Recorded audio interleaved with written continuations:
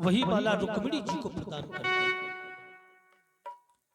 जैसे मैया रुक्मिणी माता गौरा का पूजन करके मंदिर से बाहर निकली तो सज्जनों द्वारकाधीश मंदिर के दरवाजे के सामने रथ लिए खड़े थे। रथ में बैठे बैठे गौरा माता को प्रणाम कर रहे थे और तब रुक्मिणी ने जैसे ही द्वारकाधीश को देखा तो प्रणाम किया और प्रणाम करके रथ में जा बैठे। और रथ में बैठ करके क्या किया, कन्हैया के हाथों से घोड़ों की बागडोर खींच ली और बागडोर खींच करके स्वयं माता रुक्मिणी रथ लेकर के द्वारकापुरी को चल पड़ी। बोलिए भागवत भगवान की जय। संसार के लोग कहते हैं कि कन्हैया ने रुक्मिणी का हरण किया। कन्हैया ने माता रुक्मिणी का हरण नहीं किया, यद्यपि रुक्मिणी ने कन्हैया का हरण किया। बोले भागवत भगवान की। अब तो जैसे ही बगीचे से चले वैसे ही शिशुपाल के दूत लगे थे। दूतों ने जाकर दौड़ के बताया शिशुपाल से ले गया ले गया ले गया। क्या दूत ने बताया वो कन्हैया रुक्मिणी को ले गया तो सारी सेना दौड़ पड़ी। शिशुपाल रथ में बैठकर दौड़ पड़ा मारने के लिए और रुक्मिणी का जो भाई था रुक्मवीर ये भी घोड़ा में बैठ गया, तलवार हाथ में ले ली और कन्हैया के पीछे रथ के भगा चला जा रहा है। ठहरो ठहरो ठहरो, हम तुम्हें जाने नहीं देंगे, हम तुम्हें जान से मार देंगे, तुम इस काबिल नहीं हो। भगवान द्वारकाधीश कन्हैया चुपचाप सुनते चले जा रहे हैं। जब कुछ आगे पहुंचे तो कन्हैया ने कहा ये ऐसे नहीं मानेगा।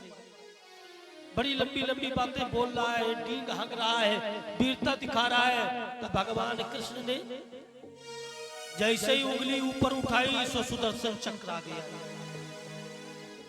और जैसे ही सुदर्शन चक्र आया तो रुक्मिणी जान गई ये खाली नहीं जाता, अर्थात मेरा भाई मारा जाएगा। तो रुक्मिणी भगवान द्वारकाधीश के चरणों में गिर गई। प्रभु ये आपकी माया को नहीं जानता, अज्ञानी है, मूर्ख है।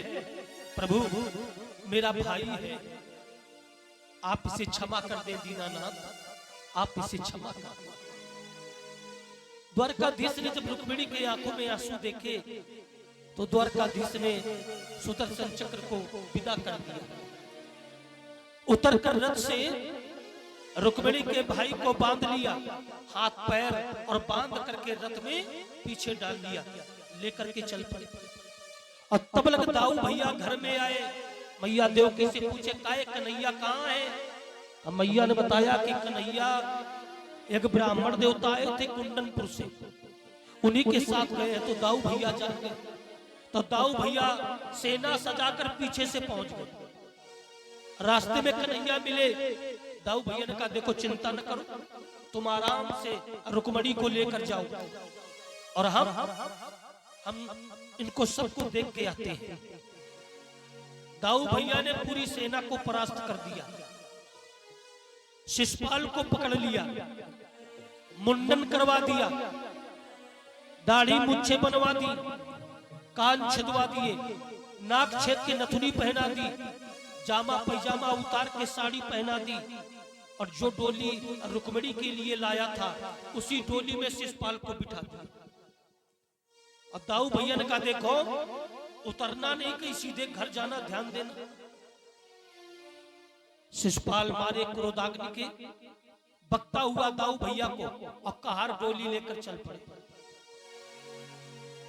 जैसे ही ये पहुंचा अपने घर तो नगर की माताएं बहनों ने देखा कि डोली आ गई, शिशुपाल की बहू आ गई, तो देखने के लिए दौड़ पड़ी। और जैसे ही डोली रखी तो मारे क्रोध के ये धोती उतार कर फेंकता, अब बकता चला जा रहा है कन्हैया दाऊ हम तुम्हें देख लेंगे। यहाँ 3 पुत्र भीष्मक के और थे। उन्होंने कहा ये द्वारकाधीश ने ठीक नहीं किया, तो द्वारकाधीश ने तीनों को बांध लिया। जब राजा भीष्म को मालूम हुआ कि हमारे चारों पुत्रों को द्वारकाधीश ने बंधक बना लिया, तो राजा भीष्म ने आकर के द्वारकाधीश से प्रार्थना की और कहा, प्रभु हम अज्ञानी हैं, हम आपकी माया को नहीं जानते थे प्रभु, अब आप हमें छोड़ दो और हम रुक्मिणी का विवाह आपके साथ ही करेंगे।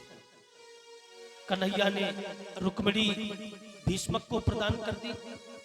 राजा भीष्मक रुक्मिणी को लेकर के अपने घर पहुंचे, सुंदर व्यवस्थाएं की, पंडित जी को बुलाकर पत्रा में लगन बिछाई गई और उसी लगन में भगवान द्वारकाधीश बारात लेकर राजा भीष्मक के यहाँ कुंडनपुर पहुंचे।